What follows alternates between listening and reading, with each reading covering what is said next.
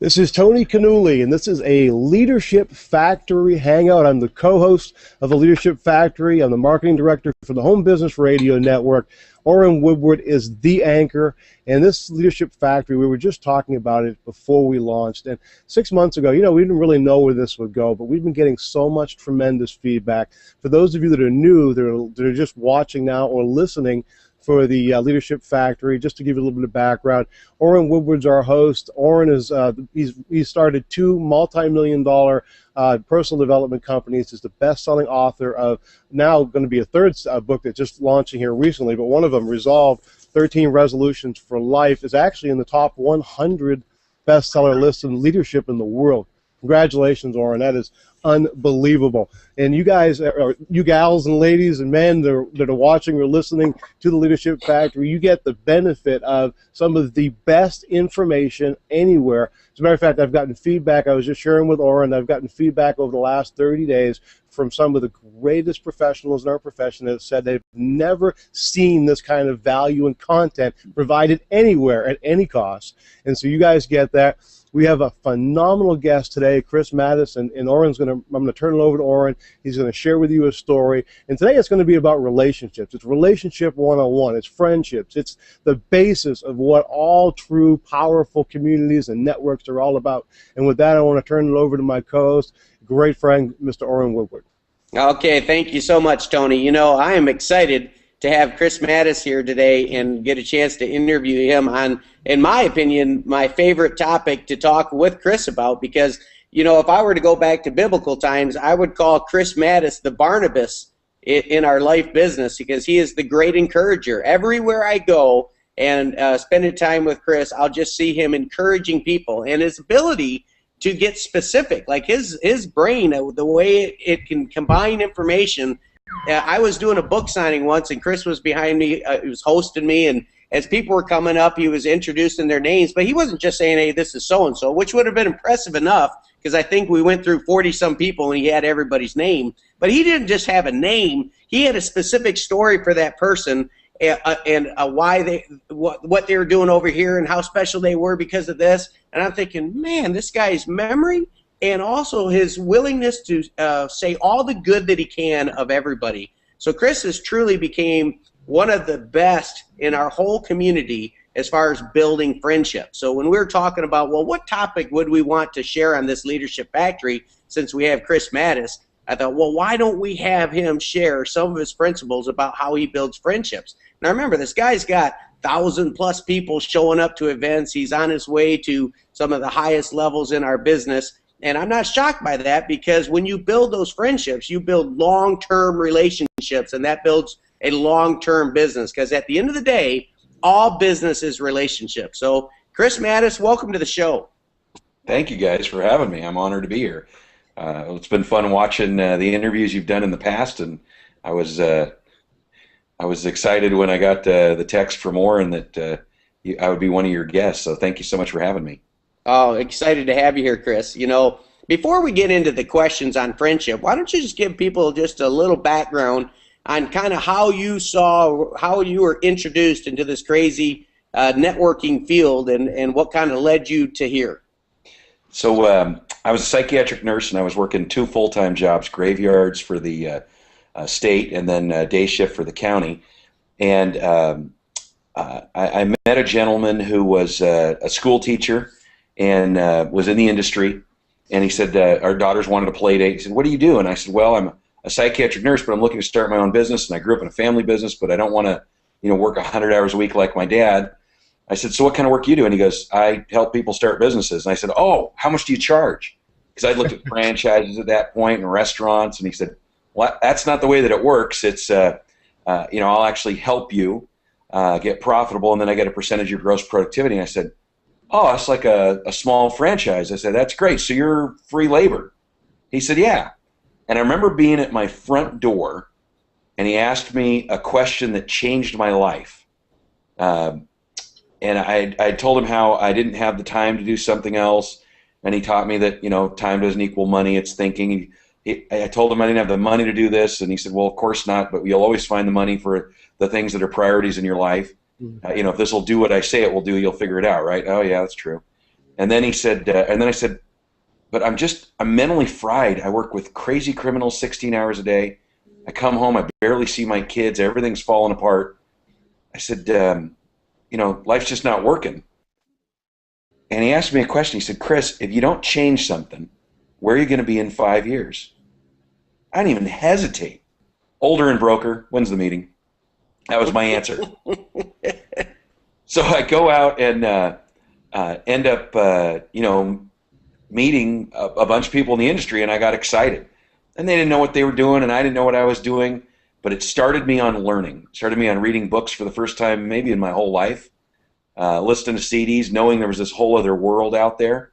And then I remember the first Orrin Woodward CD that I got, and it was actually Team Approach. And I listened to it, and I said, wow, these guys talk like they're a tight-knit military unit. And I was in an environment where if we weren't tight, somebody got hurt or killed.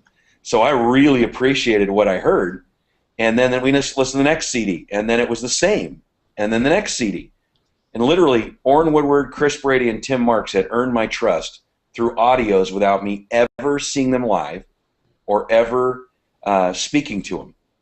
And I still remember the first time I ever got to be on the phone with Tim Marks. It was December 15th, a couple of years ago, and I called him up, and I said, hey, Tim, I got your number from Roger, my business partner out here. And he said, you're going to be my mentor. And Tim said, well, great. If I can earn your trust and you'll let me be your mentor, I would love to be your mentor. I said, fantastic. And we talked for maybe 45 minutes. And then the first time I met him live was at Orrin's house. Also the first time I met Orrin Woodward live. And we'd only seen him speak one time live to that point. So I'm at Orrin's, beautiful pool between the two homes. There, where his office is and the home they live in, right there on the water in Port St. Lucie. And Tim hears my voice and he goes, "You're Chris Mattis," and he comes out and gives me a giant hug. And that was just kind of the end of the deal. I have a great story about Orrin. The first time my wife met him was at one of the roundtable meetings in Kentucky, and he got done talking, and it was just a really emotional night, and he had touched our hearts like usual, and Lori had just really got us all connected to what the vision was. And I'm talking to Orrin in the back, and Danae walks up. And now we weren't married; we were engaged. And up to this point in the industry, my wife had built this separately to where she could be home if she wanted to. Then I asked her out on a date and kind of messed her up for a year. And she had never been recognized by anybody we had worked with because, we weren't married. And I go to introduce Danae to Orrin. And I said, "Hey, Orrin, this is," and he goes, "I know who this is. Welcome, Danae." And he gives her a hug and literally picked her up off the ground when he hugged her. And she started crying because it was the first time she'd ever been around a great leader, and he had recognized who she was. I don't even know if you remember this, Orrin, but it just melted her. That was the end of the deal. She knew we were home, and it's just been pretty amazing ever since. So that's how I got around these guys. I must have been really fired up from speaking. I probably still had my adrenaline. Give her a hug and lift her right off the ground. It was perfect. That's great. Chris, you may want to reconsider that when we're at one of the events if I see you, because you may hurt your back. Oh, we're here to talk on the subject of friendship, and I do think that's definitely one of your strengths, Chris. But, before we get into that, what do you, like, when you say friend, what is a friend? Let's define some of these terms. So I think I had a lot of disillusionment around this at one point. I'm if you've read Personality Plus, I'm definitely sanguine, phlegmatic. I've got like 0 points of melancholy and 2 of choleric. So I assume everybody's my friend, only to be disappointed over and over and over again. So I've come down to an actual definition. A friend is someone who would pick you up in the middle of the night if you broke down somewhere a couple hours away. So I eliminated the bulk of my family with that definition. Jim has one of the guys I work with has a really funny definition that I love. It's not my definition, but it's really really apt for what we do. And there's a Pinterest picture of it right now, and it's got two stick figures carrying furniture, and it says, "A good friend helps you move." And then it's got two stick figures carrying a third stick figure, and it says, "Great friends help you move a body." Yeah, my real definition of a true friend is someone who will love somebody unconditionally when they're not so lovable, and they'll stick through them or by them while they're going through stuff. And sometimes people will let you do that, and sometimes they won't. An amazing friendship, it's reciprocated, but that's not what I consider a friend. When I look at like a biblical model, Jesus chose us as his friend. We didn't choose him. So one of the funny things I hear a lot is, and there's a lot of great people who, I'll say something like this in a business seminar. So how many of you in here, you maybe consider yourself better friends to others than most are back to you? And the majority of this industry will raise their hand because that's who we attract. Servant leaders. People that care more about somebody else's future than they care about their own, and certainly more than they care about others. And so here we have all these servant leaders, and I say, okay, so that's awesome. That's who we're looking for, is people that are willing to serve through stuff. I mean, that would be a real Christian friend in my kind of idea, if you will, about friendship. So it's just loving people unconditionally when they're really not lovable, telling them the truth, earning their trust enough to tell them the truth, maybe sticking by them literally when nobody else will. Yeah, that would be my definition. That's good. That's good. So this friendship then, why is friendship, like when we're here talking in the networking profession, and I believe that in all business, friendship is extremely important. Relationships, to me, are the root or the key to all business. Even more important than strategies is the relationships, because if you have the relationships right, you can come up with a good strategy. You may have a great strategy, but if you don't have the relationships right, you've got a real problem in your business. But in networking, it's even more important. I mean, I believe, man, everything is centered around how is the relationships going in a business. So how do you see friendship playing into helping? How has that helped you build a business, and how has what you learned about friendship helped you build a bigger business, Chris? One of the interesting things I found about you, particularly, Orrin, was that the organizations you've built were the first ones that I was around where the relationship was more important than the task. Okay, most of the industry is, hey, let's get you to be the best you can be so you can move more stuff. In life, the whole point is, let's deal with the big rocks. Like if you're on a basketball team and one of the team is struggling with drugs, the whole team's struggling with drugs. If one of the team is struggling in a marriage, the whole team's struggling in that marriage. So our whole front line of material is, how do we deal with the big rocks first? I mean, Chris Brady has that great quote of, I want you to have total success. And it's not just, I don't want you to be a broke rich guy, I want you to be a joy-filled rich guy. So, I believe that the only real asset in the world is high trust relationships. And at the end of the day, the only real loyalty is, somebody that's your friend no matter what you can or cannot offer them.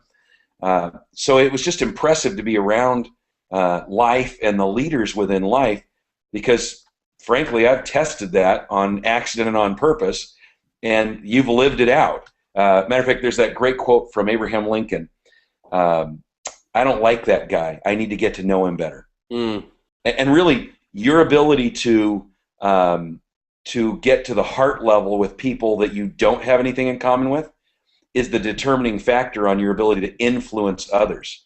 And I've watched you, Orrin, and maybe you and you alone, honestly, go out of your way to seek out a critic, a public critic at that, and try to seek reconciliation to know their heart, and hopefully to earn enough trust that they can know your heart and your intention. And I've watched it throughout your whole organization. I mean, one of the first things I noticed about Tim Marks, one of your best students and another best-selling author you've mentored, which is amazing, mentoring best-selling authors, is one of the first things he did was get to know who Chris Mattis was. and get to know me to the point where he knew my intention. One thing you said on a phone call that I wrote down, and it was about that day that I was hosting you at the signing. You said, "Wow, that's a good man." You don't know what that meant to me.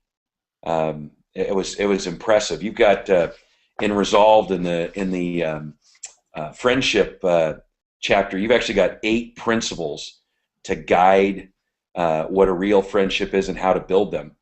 And it's interesting because the life materials aren't about techniques; they're about real heart change. So I think you could do all the work you wanted to, and you could build any organization of any size if you had enough charisma and enough work ethic and enough technique. But I don't think any of it would last without the real friendships, without the depth of people knowing who you really are in their life. I have only earned trust with a few critics and with a few really kind of jaded, been beat up, taken advantage of guys on my team that are now, fairly significant leaders, because I was willing to drive to their house a couple hours away at 2 a.m. in the morning because I knew things were falling apart in their marriage. I was able to. I remember one guy told me, he said, "Well, I said, "Well, my goal is to earn your trust over time." And I said, "I believe that God will do that if I honor it." And he said, "Well, I don't think you're ever going to earn my trust." And I said, "Hey, if I don't, I don't, but I'm not going to stop trying because that's my goal." It took a little less than 2 years. This guy calls me his mentor publicly. He goes to church with me today. He was an atheist when we met him. And literally, I'm probably the most trusted guy in his life today. He calls me his friend and his mentor. And he's like a brother to me. He's one of my most trusted guys. When I look for strength, he's an encourager there in my life. Wow. Chris, what you're talking about, and you brought up so many great points, but one of the things that you mentioned about the way the life business works, in almost 30 years of being in this profession, everything we're talking about now is like the benefit. People get in to make money, they get in for the product, they get in for other reasons, but they stay in for the community, the relationships, who they become, as a process of getting involved. But what Orrin has done, and it hit me the other day when I was thinking about it, but what he's done is he's taken the best part of the profession, and that is life, that is the product, that is what he does, that's what you do every day. And it's like, wow, why didn't somebody else think about this before? It's brilliant. And so anyway, I just wanted to share that because I see what you guys are going through. It's unbelievable. And when I think of what we're talking about, I think of the word connectedness. And that's what it's about, getting that trust, getting that connection. People always tune into one radio station, and I know it's HBRN, Home Business Radio, but it's prior to that, it's What's in It for Me, WIFM, Right. And do you care about me? And even in the last show that we did with Curtis, we talked about mentorship and that little comment, like you said, just that little sincere compliment that you would give somebody. Just the fact that one of the hardest things that I've had to teach over the years is to get people to slow their thinking down, listen to what the other person's saying, and internalize it, and try to connect that connectedness with them before just thinking past them. Make them feel important by just listening, by just being a friend. And speaking of that, the next question I have regarding that, what would you say the difference is between a friend and an acquaintance? How would you define that? Yeah, so I meant to say this a little bit earlier, but so many people, I'll say this. I'll say, well, how many of you guys have ever had somebody come up to you and say something like this? I want to be your friend. I want to take care of you when you're sick. I want to, work with you when you're, being a jerk. I want to, come bring you food when you need it. I want to pick you up when you need it. I want to coach you through stuff you're struggling with. I want to, risk my my relationship with you by telling you the truth when things are on the rocks. People don't do that. What do people do? They walk up to you and they say, "Hey, Tony, will you be my friend?" In other words, will you do that for me? Will you serve me? Nobody comes up and says, "How can I serve you?" Yeah. And then I run across, an Orrin Woodward, a Chris Brady, a Terry Brady, an Amy Marks, a Tim Marks, a Lori Woodward, and all they're saying is, "How can I serve you?" Yeah. A few of us say that. A few in the profession do say that when we talk with people. Yeah. And it blows people's minds. They look at you, they don't even compute. I have a very melancholy, choleric gal that we absolutely love. she's had a very rough life, and her son is repeating that right now, and she has grown so much and softened so much, and God got a hold of her heart about 2 years ago and just had amazing results. But the material has just changed everything in her life. And the three of us were on the phone in a conference call, my wife and I, with her, and she asked the greatest question. She's so straight to it, and she doesn't take offense to stuff because she just wants to get better. And she said, how do you tell somebody they're broken? I said, you don't. That would be judging them. And she goes, well, then how do you tell somebody, how do you get them to think the way that you want them to think? And I said, you don't. That would be manipulating them. She said, all right, so how do you show this to somebody? How do you sit down with them and talk them through the educational process so they understand what you're doing? I said, well, so you sit down with somebody, and Chris Brady talks about it in a wonderful CD called The Checkpoint Race. He said, you've got to get to know their heart first. Then you got to find out what they want out of life, and then you got to transfer a feeling. And my way of transferring that feeling is when I find out what they want after I've learned their heart, is I'm going to get on the other side of the table with them. I'm going to align with them, and I'm going to say, so here's what we can do to help you get what you want out of your life, whether it's in what you're currently doing, what you've always dreamed of doing, or in this as an industry. Because we have people join us to start their own business, not in this, to start a specific business. We have people join us that want to residualize what they're already doing. And then we have other people that just frankly want to serve, and this is the best medium to do it. So she sat back, and I could hear her. I could hear her thinking, this is cracking up, and then she went, oh, got it. Oh, that's a lot easier. So just aligning with what they want out of life. So I'll give you another example. I have a really close friend. We love fishing together. He's an amazing grandfather. I love watching him around his grandkids. He's somebody I trust to the point where, he and his wife, if we needed them to, they'd come pick up our kids at school when his grandkids and my kids went to school together. I mean, just a really honorable, neat guy, big heart.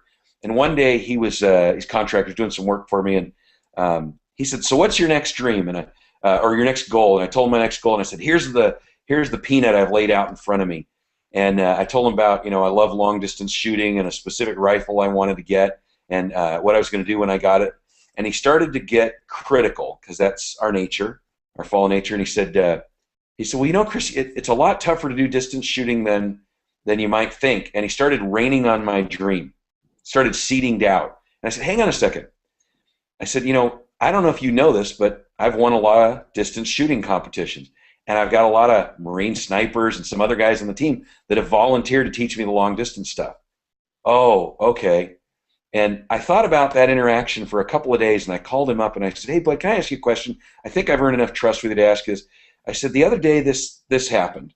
And I said, it's not the first time I've shared something with you, and you've started to seed doubt into what I shared with you. I said, is that something you do in other parts of your life? And he thought about it for a second. He said, yeah, you know what, I do. I said, it hurt my trust of me wanting to share my dreams with you, to be honest with you. Like, I don't want to go there. And I said, and that's why I'm calling you, because I don't want that in our relationship. I want that out of our relationship. I want to be able to share my dreams with you. And I said, has that hurt some other relationships in your life? And he said, you know what, it has. I'll work on that. I don't think I've heard any doubt from this guy since that day. When it got on his radar, he attacked it because he really loves people. But what if I hadn't pointed that out? What if we hadn't earned that kind of trust that I could have pointed that out? You know what I mean? He could have gone the rest of his life accidentally stepping on others' dreams and decimating trust in relationships, when really he's a fairly significant player in people's lives as it is. And now he's even more so. So that's really what I think of when I think of friendship versus acquaintance, because we can have surface conversations all day long. That doesn't serve anybody. We should be getting into pretty deep conversations because we're a safe place, even in the line at the Department of Motor Vehicles. But ultimately, really, really good friendships are two-way like that. So friendship allows you to be able to speak truth into somebody else's life because there's a level of trust there. Right. Tony, you and I got plenty of years experience in this networking field, and if you think about how friendship lines up, we always talk about the art and the science of business. Well, friendships on the art side of the business, and you know, if we date ourselves and go back into the 1990s, I mean, look how many companies have come and gone that were just exploding at one point, that they got certain parts of the science right. And boom, they went from 5,000 people to 200,000. They went to 500,000 people, and they had this many people at this event. It's great. And then a few years later, you don't even hear about that company. They might even be out of business and you're like, what happened? How could some company do all that? Well, that's the difference between the art and the science. It's like, man, you can get all the science right and you can build this amazing edifice.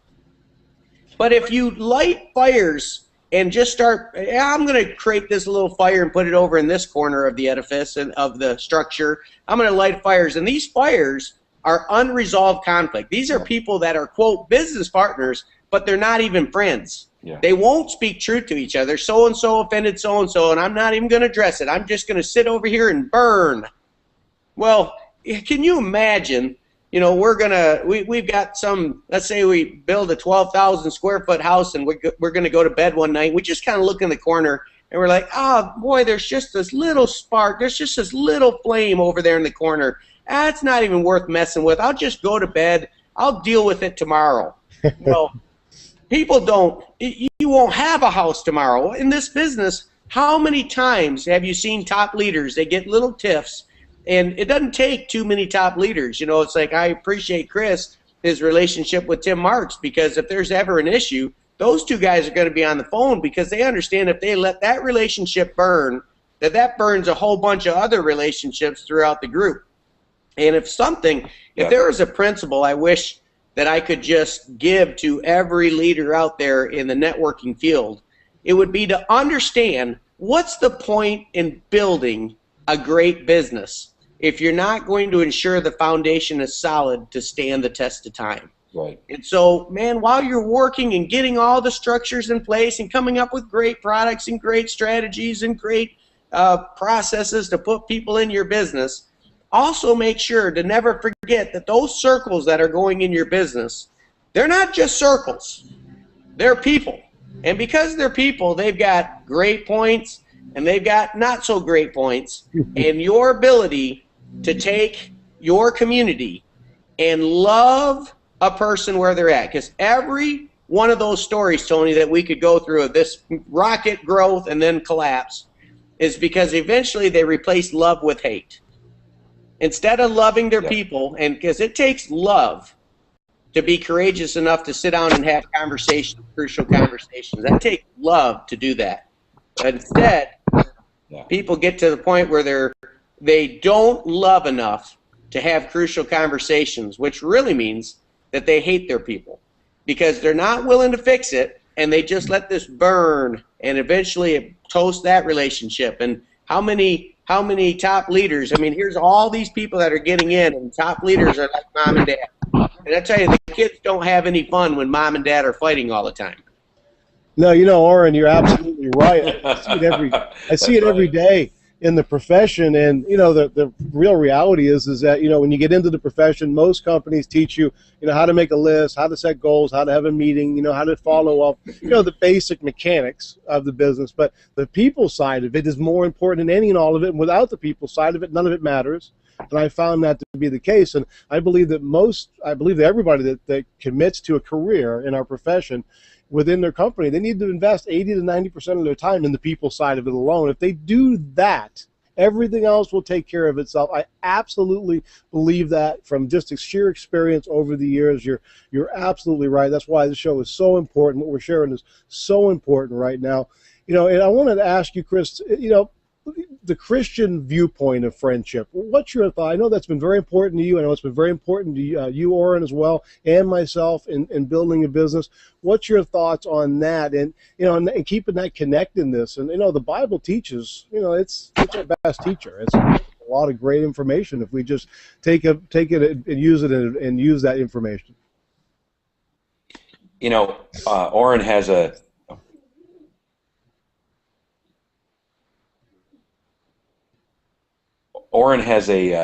saying, if he thinks about an issue twice, he picks up the phone and calls that person. And I've watched him live that out in the industry and with his leaders. And it's frankly amazing to watch, and I've tried to live by that since I heard it. And I remember at one point he went through DNA of relationships, and I think the last third of that book really talks about what a Christian relationship really is. And in the conflict resolution chapter in Resolved, Orrin kind of talks about the 5 steps dealing with conflict resolution, but he also talks about this idea of triangulation. And, biblically, gossip, divisiveness, it's in our nature. And so we've always got to guard against it. And I remember Tim asking me one time, he said, he asked me to read a specific book and go through some specific scripture. And I got done with it, and I texted him. I said, man, it is disappointing to me that I really have to judge my intentions all the time, because my heart's going to lie to me to try to, get me to believe I'm better than I am. And it was such a sad day. And then I realized, oh yeah, that's right. God will make me complete every day anyway, so it really doesn't matter how good I get. I'm still going to have to do that the rest of my life.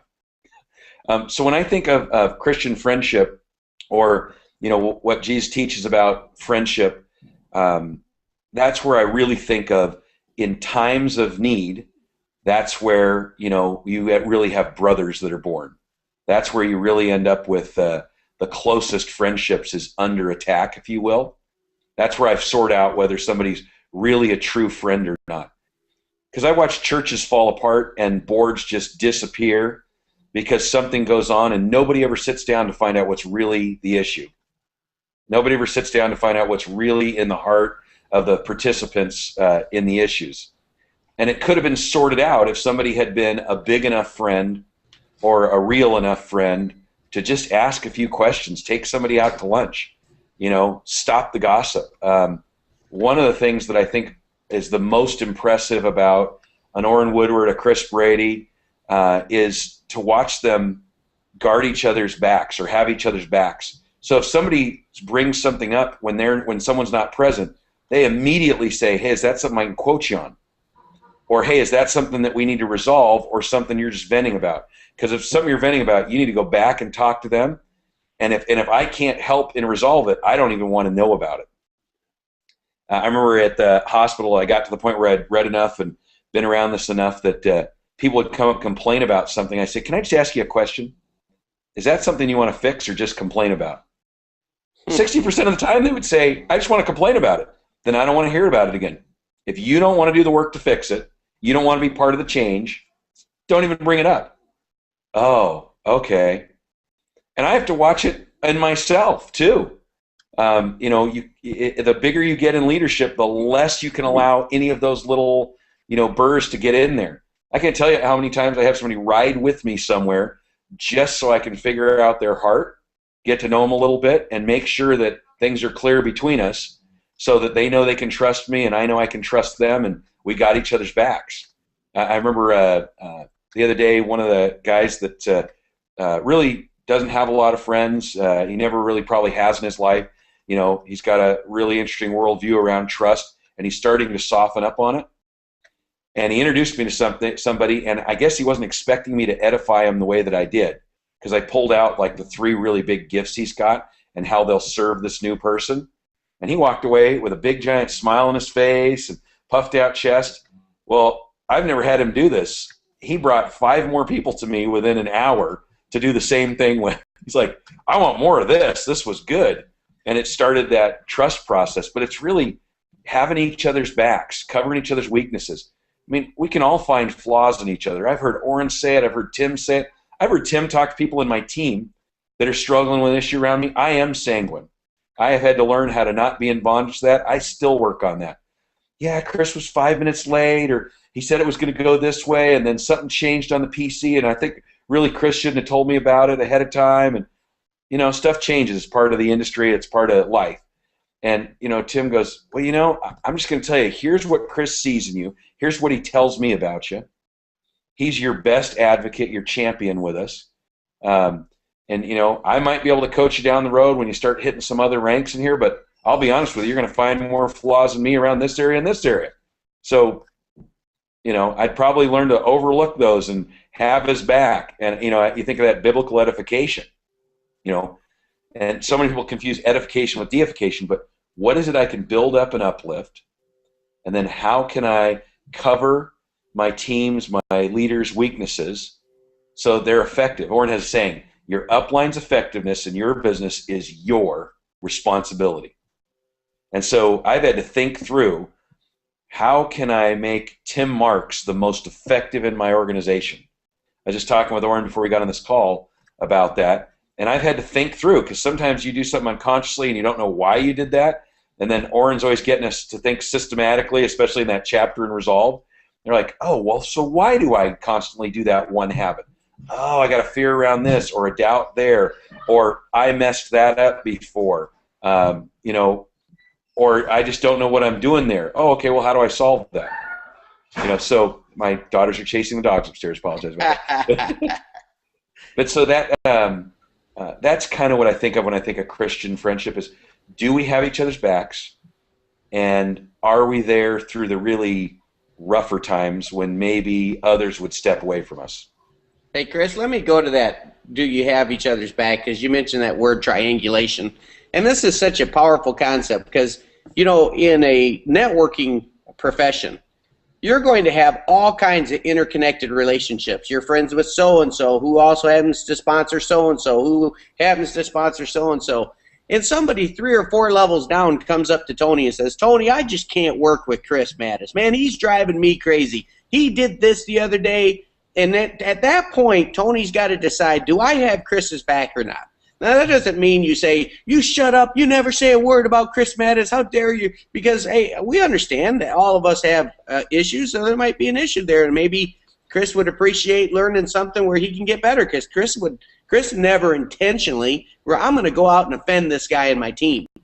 But when you say you've got somebody's back, I'm amazed at how many top leaders that I've worked with over the years, and they've come in that already had, maybe they had 1,000 people in their business when I first met them, and I talk to them and I say, well, now if somebody comes to you and they're dumping trash about another leader, how do you handle that? Well, I try to give them a perspective and then leave it. And then if I hear from the other person, I try to give them a perspective. I try to get them to see both sides. And I'm like, well, I appreciate that. But remember, the Bible says only a fool judges by hearing one side of the story. Only a fool. I mean, that's one of the stronger words in the Bible, you fool. I mean, if you only hear one side, it's amazing. Have you ever heard one side of the story and then you heard the other side and you realize that first side was so far off track it wasn't even, I mean, you're like, how did even someone come up with something that good, you know? And I really believe many times they're trying to tell the truth, but it's amazing how our subconscious mind and our sinful nature will twist the story to make us look good and the other person look bad. So from a leader perspective, we are not interested in reputation or image. We're interested in facts. We're interested in what happened. And so if somebody comes to me and starts trashing, if someone comes to me and says, you wouldn't believe this Tony Cannuli, I'd be like, whoa, hold on a second. Have you talked to Tony about that? Boy, that doesn't sound like the Tony Cannuli I know. I mean, boy, if you have an issue with that, I guarantee you, if you called Tony and you explained to him what you just explained to me, Tony would fix that. That's the Tony Cannuli I know. And then if they say, well, I tried to talk to him, but he didn't. Oh, okay, so you're calling me because you want me to help you talk to him? No problem. Are you available tomorrow, say 2 o'clock? Why don't I? Oh, no, I really, well, hold on a second. Now, hold on a second. Tony Cannuli's my friend. You're not telling me that you just picked up the phone to trash one of my friends to me. I would never let Tony Cannuli call me and trash you the way you're calling me and trashing Tony. I would never let that, because Tony's my friend and you're my friend. So I got a dilemma now. You just told me that you got a problem with one of my friends, and so we got one of two choices. Either you and I go fix that problem, or now you and I got a problem because I don't like having friends who don't solve issues with friends. Yep. That's not a true friend to me. Yep. Now, you see what that's doing? Now, I don't have to normally go through that because we teach that in the culture. So normally it comes to, whoa, did you talk to him? Well, I haven't. Well, then don't tell me anymore. You pick up the phone and you call Tony, and I want you to call me tomorrow and tell me that you've reached out to Tony and that you're getting this work done. Now, if you guys talk and you can't get it resolved, by all means bring me in, because I value both the relationships, and I don't want to be hanging out with one thinking you got a problem with this one, or hanging out with this person knowing I know something that he doesn't know. I don't play that way. Homie, don't play that. What we're playing is I'm sitting there. I can sit there and all this conversation, we can put that out in the world, and anything we do, we can write it in the sky, or else we shouldn't be doing it. You know what that does? Do you know when Tony hears how I handled that, and Chris calls Tony and gets that issue resolved, and he says, yeah, I talked to Orrin, and he told me to immediately call you? Now, what do you think my trust with Tony is? Because Tony says, you know what? Orrin's got my back. Right. He's not going to let people, and then the next time there's an issue somewhere else, Tony's going to have my back because he knows I've got his back. And you know the bonds that creates? That's how you build 20-year-plus relationships, is because people know I'm not into the game plan. I know I'm going to mess up, and if I mess up, I mean, I've worked on many areas of my leadership, but I'll tell you one thing I've never figured out how to do: read Tony's mind. I can't figure out how to read Chris Mattis's mind. So, Chris, if I've offended you, you got to pick up the phone, man up, and call me and tell me. You know why? Because if you teach me what I did wrong, I can get better. Don't steal the teachable moment from me. Give me my teachable moment. I want to be a better leader. How dare you not tell me what I did wrong so I can be a better leader for you? And imagine if the whole organization starts doing that, how quickly we can radically improve in our people skills, and then we can focus, instead of all the drama inside the team, we can focus on dream accomplishment outside the team. We can start helping people accomplish their goals because we're not burning all our energy in the drama on the inside. Tony, you see how Orrin just went from finding out the person's intention and then completely clearing it off the table and setting the expectation for this is how you are actually going to respond? That's one of the things that was blowing me away about Orrin. It's not, and Tim does this too, and I know Chris does this as well. It's not just, hey, what's your intention? It's, no, here's what I expect you to be from here out. So he raised the level of our game. He started to help me focus on my character because he said, I'm not going to expect anything less from you. And, you know, you're my friend. He's my friend. He just calls us into accountability in a way that we're like, well, duh, yeah, that's right. I'm that way. I'm going to be that way. It's such a relief, but it's also so strengthening the way he handles stuff. You know, Orrin, and Chris, you're absolutely right. What you just described is, for the profession, is like Marine Corps combat training.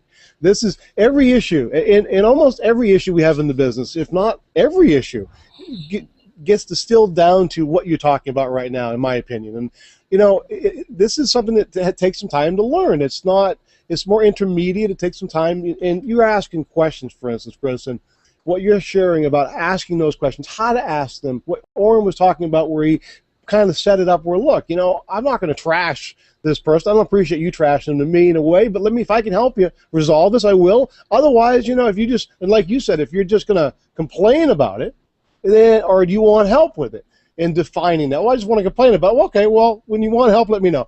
But I mean, what you're sharing these are skills that a lot of people learn through, hopefully, through modeling, through growing up in school and college, and maybe they're, you know, the church organizations they belong with, their family. But not everybody has the ability to watch and learn this. So sometimes it's easy for a leader to take for granted what we believe is so simple. But a lot of people just don't know this. They didn't observe that behavior. They didn't observe how to handle conflict. Somebody may have observed a different way to handle conflict, like, you know, hey, you know, get the heck out of my way, you know, and not care about hurting their feelings, right? But what Orrin was just describing, and I've done it plenty of times, where someone will come to me, they want someone to listen to them a lot of times, and you listen to them. But if you can help them, many times I'll just three-way it. I'll say, look, let's get them on the phone. Let's resolve it now. I'll do that a lot of times, and it ends it just like that. But exactly what you're saying, Orrin. But if I find that all they want to do is assassinate that person, watch out. You know, that they don't want to call me again. You know, just like you, Orrin. And we totally are in agreement. And most if not all, the top leaders that I know in the profession, the really top tier leaders, understand this. And for everybody that's watching or listening to this on HBRN, I wanted to mention as well, for those that have been watching, we take the audio from this every week on Wednesday night at 10 Eastern, and we put that audio in so you can listen through it through the Home Business Radio Network as well. And it's different when you've watched it and you hear it again, but you're just listening to it. But the value is there, and I listen to it every week, and I get stuff from it, and I show up for this, okay? I'm getting stuff from it every week. But in the book, Resolve, 13 Resolutions for Life, everybody listening or watching this, you need that book. That chapter, you had mentioned, I'm glad you brought that up, Chris, but the chapter in there on relationships, and there's like a checklist, that is, that will set you free over the next 5 or 10 years. Just taking that chapter, taking those concepts and applying those concepts, okay? Because, you know, knowledge without application is not power. All right, it's frustration. And so if you want to apply those and start to do them, start to use them, you'll change yourself. If you change yourself, you'll change your relationship. So I wanted to make sure that everybody understood, get that book. It's not an option. It's like How to Win Friends and Influence People. That book is not an option. $4.95 in paperback, whatever it is, there's no excuse. Get the book. You need that book. And Resolved is the same way. You need that book. Chris, let me ask you a question regarding neighbors and friends. And my philosophy that I love, and I've always, I hold this dear to my heart, is to me a stranger is a friend that I haven't met yet. That's it. Right. I mean, everybody we didn't know, we know now, but we didn't know then. Even our own family members in some cases, right? We didn't know them. We came into the earth. We didn't know our mom. We didn't know our dad. Now, hello. You know, I mean, the truth is that we learn to know people. So everybody can be a friend if you want them to. But what's your thoughts on your neighbor? And how do you see it? You and I have a personality that's very similar. I love everybody, and I get disappointed very, very easily because I'm so curious as to want to know about people. And sometimes people will let you down based on your own expectations. And let's chat a little bit about that because that's really important. So I put out a CD called Friendship's a One-Way Street, and it's, as I've grown, you know, working and watching, you know, Orrin and Chris and Tim, I've gotten less disappointed just because, not that I lower my expectation, but I realize I'm there to serve them. If it gets reciprocated, woo, awesome, that's gravy. But if I'm really being an ambassador for Christ on this planet, I'm out there loving on people. And so, you know, Jesus said, you know, love your neighbor as yourself. And so my question is always, well, who's your neighbor? And Danae and I have a really good friend in our organization that she's known forever, used to do her hair. She and her husband are just phenomenal people. And she's talking with us one day, and she's got a very large organization today. And she said, well, you know, I've talked to everybody that I know well enough to talk to. And I said, hey, hang on a second. Are you a Christian? She said, well, yeah, I am. I said, so are you saying that you only talk to people that you like or that you love in a close relationship? And she said, well, what do you mean? I said, well, if you're commanded to love everybody as yourself, then shouldn't you care enough about strangers or people you know as acquaintances to share, you know, truth with them or a message with them, you know, to go out and earn their trust? And she got really quiet. She's very phlegmatic. She went, oh, ouch. And I did it in a soft way because I knew her heart. She'd just unleash herself on serving other people because of it. I'm like, great. She's out there now just talking to everybody. And I kind of break this down into, I like how Orrin boils everything down to the principle.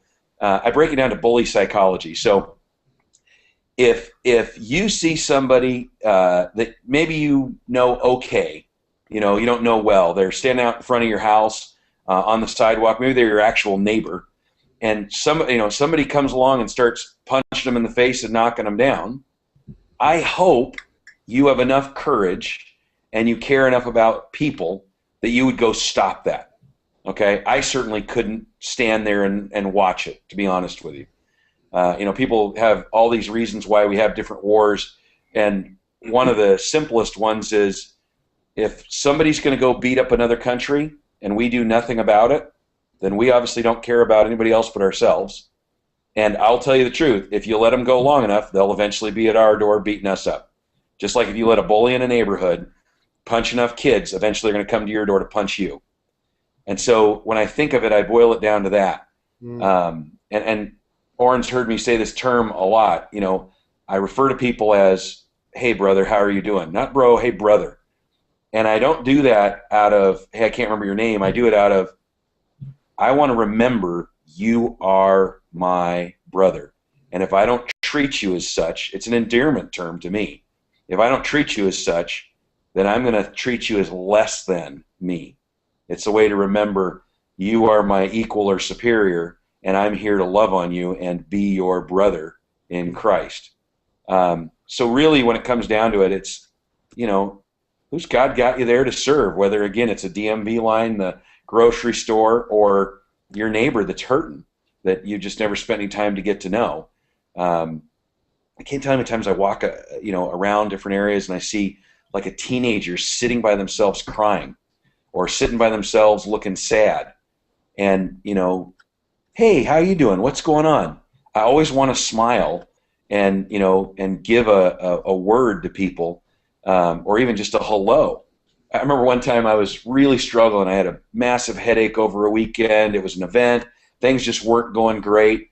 And Sunday afternoon, about 4 p.m., I was in an airport, and Orrin was there. And it was probably one of the few times I'm not smiling, just because my neck's out and stuff's going on and nothing seems to be working right. And I was really sick over the weekend. And Orrin goes, "Hey, Big Chris," and gives me a big hug. And I'm like, well, that just all went away, and I was back in joy again. He didn't have to do that. He didn't have to make me feel special. He's got thousands of leaders, at the time, hundreds that were doing way more than I was doing. And, for him to just reach out and, make my day. And so that's what I kind of think of. I just think we're out there not looking for what we can get out of the world. How can we be a blessing today? How can we uplift somebody else? How can we give them a smile? I remember hearing Charlie Tremendous Jones speak before he died, and I got to meet him. He's a little bigger than I am. He smacks me on the forehead, kisses me on the cheek, hugs me, and picks me up off the ground. And I said, wow, that was awesome. And he said, "Chris, I have hugged men, and they have told me I'm the first person that ever hugged them in their entire life." And I thought, oh, what would it be like to go through life without a hug? Oh, that'd be crazy. Tim asked me a question the last time we were in Florida, or 2 times ago, to get some mentoring. He said, "Chris, what are some of the best things that you learned from your dad?" And everybody in my dad's family chose money over love, except my dad. He chose love over money on purpose. He's the only one who had kids, thank God. And I told my dad this the other day. I said, Dad, no matter what was going on, no matter how grumpy, scary, yelly you were, you every day told us you loved us. And he started crying on the phone. And I said, I can't tell you how thankful I am that you did that. And I know why he did it, because I know his dad never told him he loved him. And he always yearned for that. And it really shaped a lot of his life on some bad habits and good habits that he decided to choose. But it was awesome to look back in retrospect. If we can give that gift of love or approval, even in the smallest sense, that's what I believe it really means to be a friend. And whether it's, defending somebody you don't know, because they need to be defended. I mean, God calls us, you defend the fatherless. You defend, the widows. I mean, we are actually charged to take care of them. Now, it might be different if a guy comes up to me and says, "Hey, can I get $5? What do you need the $5 for?" "Well, I want to get some food." "Can I ask why you're not working?" "Because I'm lazy." "Then you need to go work, because Jesus said you don't work, you don't eat." But that's different when we're talking about a kid or a wife or somebody that's getting taken advantage of, isn't it? Or somebody that's sick or elderly, yes. Right. Yeah, we got to actually be their friend. So that's what I think of when I think of neighbor. Who's your neighbor? Everybody. Okay. Who do you serve and love on? Everybody. Who do you go out of your way for? Everybody. We stopped one night to help a gal with a flat tire. I could tell from the silhouette it was 2 tiny little ladies, and it was starting to rain, and it was near one of the highways that's not real safe by us. So I pull over. It turns out to be a friend's cousin. And I'm like, man, I'm really glad I stopped. And they really were that tiny. It's changed the tire. How stupid's that, right? It's just goofy stuff like that. That's what I think of when I think of who's your neighbor. Well, I just want to wrap up with some thoughts on this, Chris, and it's been fantastic. I mean, you've shared so many of the essential parts of what it means to be a true friend, and so many people are looking for a true friend. I would say before looking for a true friend, why don't you become a true friend? And to me, if you just focus on being a true friend to others, then God will bring the right people into your life. He is much more faithful than we are, but we got to start that. We need to start the process with, instead of looking for, it's more blessed to give than receive.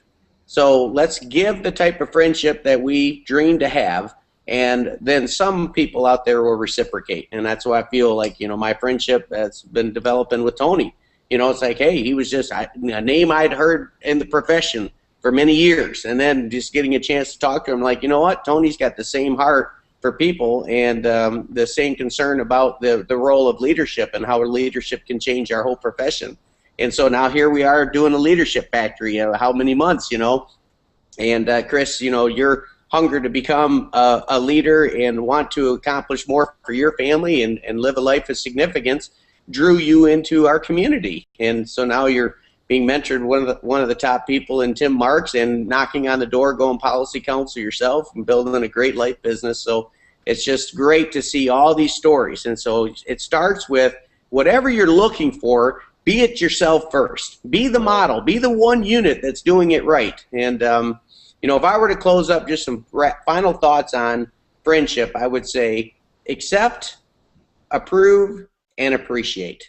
Those, if I were to say, man, Orrin, what changed your ability to make friends better than anything else, I would say it was those three principles. I always remember the 3 A's: accept, approve, and appreciate. A person cannot change until they feel accepted for who they are, right or wrong. I'm not saying that you approve everything at this point, but you got to accept them as a person. When I first met Chris, hey, he wasn't perfect. He was going through some challenges. But you certainly got to accept Chris for who he is, so you can give him permission to start to make the changes to grow into who he can become. And so accept people where they're at. Approve them. In other words, find some part of them that you can say, you know what, you're good. It's like when I said to you, Chris, it's like, that's a good man. It's like there's parts where I'm like, you know what, Chris wants to become better. He's a good man, because there's so many people that just don't care. But you cared. You cared enough to associate. You cared enough to be there when you had that headache and your neck was out. You were at that weekend even when you weren't feeling good. And, man, there's so many things to approve in people. And then the last part is appreciate. When you see them making incremental progress towards their goal, I can't even begin to tell you how underutilized the power of appreciation is. It's the absolutely cost you nothing, and yet it'll be remembered. I mean, Chris, you're telling stories about stuff that I don't even remember doing from years ago. Years ago, just little things of appreciation. I'm thinking, man, I'm glad I did it, but I don't remember doing it exactly. But you remember it. Yep. And that's the key point. It's like, the biggest thing you can give to the world is filled with hurting people that because they're hurting, they bite and they snap and they do mean things. And like, be that one source of light in your community, because you can have 1,000 people, and all of them have their candles snuffed out, and everybody's, look how dark this is. Well, another dark person can come into the room, and it doesn't make it any darker. It's just dark. But one person comes in and lights their candle and says, I'm going to put this up to the world. That one candle can light up the whole room. And so I encourage you on friendship, be the light of the world, and light your candle. And it's because the only way you can light another person's candle is to make sure that your candle's lit. Tony, I'll let you wrap it up. Yeah, you're bringing tears to my eyes. It's, I will say that in 1985, I was brought to an event after I lost both of my parents, and I met Charlie Tremendous Jones and Zig Ziglar at that event. It changed my life. But what got me to the event were there were people that appreciated and saw my pain and cared enough and had the courage to share that. And if it wasn't for that, I wouldn't be here today. And I wouldn't have the ability to light other people's candles like you are. And you're an amazing candle, my friend Curtis. You are as well, and I can see that in you. But here's what I want to leave with everybody. Everything that we're talking about, we've learned and grown over time. This is not something that we're given. It's something that we can develop. And we have, all of us have this God-given talent and gifts in us. We just have to decide and commit to developing. And that's all Chris did. That's all Curtis Spohr did. That's all Orrin Woodward has done, Chris Brady, and many others that you've seen on this phenomenal show. But moving forward, here's what I want you to think about. Everybody wants a sign. Everybody visualize for the next week a sign on someone that makes me feel important. Think about that. And one of the reasons that Chris can remember as much as he can and have that rapport so quickly with people is he cares, he listens, and he knows. If you're walking away, and this is a test, if every time you meet with somebody the next week or 2 or 3, think about this if you can, try to remember it, write it down, it's important. If you walk away and you don't remember much about that person or what they told you, then you need to stop, slow down, go back, because you should be able to start remembering nuances and things that they said. And when you remember those things, Orrin, as you know, people go, how did you know that? How did you remember that? That is everything. That is almost the entire business in a nutshell. Once again, Orrin, it's always a pleasure sharing this time with you, bringing great value. God bless everybody that watches and listens to the Leadership Factory. And Chris, it's been amazing sharing this time as well. This is Tony Cannuli, the co-host of the Leadership Factory, the marketing director for Home Business Radio Network. Have a blessed week, everybody. We love you. Great day. Thanks, bye-bye.